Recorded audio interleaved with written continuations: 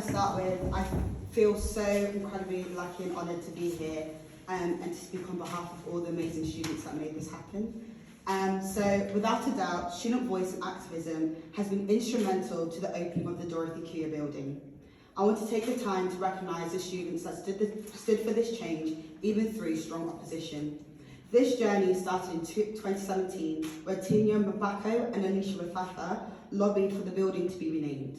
Many opposed their idea, stating that they believed that Whig students were calling for the erasure of history. At the time, they may not have known, but their decision to be leaders and to call for change would impact the lives of students today, although it seemed that they were not successful. Over the next years, many student officers helped to lobby for the recognition of Gladstone's history. This was later handed down to Adnan Hussein, former president of the Guild, who was mobilised by the Black Lives Matter movement to campaign for the complete name change of this building and to celebrate the legacy of a black figure. During this time, I was Vice President of the Afro-Caribbean Society. Adnan had asked me to be involved in this campaign. Therefore, I held a focus group open for black students to discuss their feelings around Gladstone. Notably, black students felt that the conversations around renaming buildings to undo the glorification of our colonial history demonised black people for expecting inclusion. However, it was evident that some of our student opinions have evolved from the narrow perspective of our taught history to be more inclusive of the diversity of our society and history. Over 4,000 votes were casted to rename these halls to Dorothy Kuya, representing nearly 20% of our student population.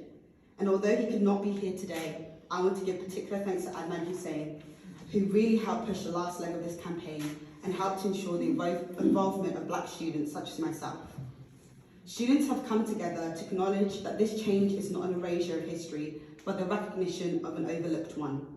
The Eurocentric and patriarchal construction of history has purposely painted over the contributions of black people, perpetuating a notion that only a few are deserving of recognition and praise. Dorothy Kuya is a representation of the power and beauty of blackness, unfiltered and unapologetic.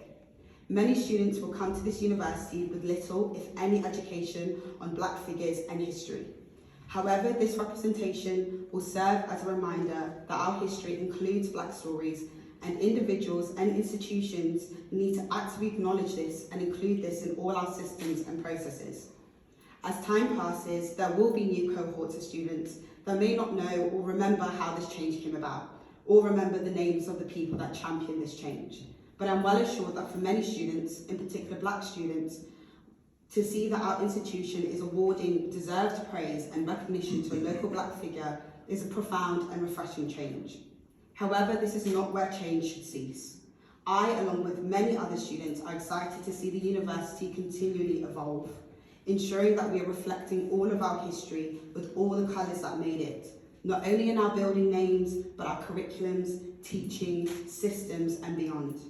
Thank you to all our student leaders, one of which is Tor, thank you for being here, that pushed this change, and to Dorothy Kuya for creating history well worth remembering.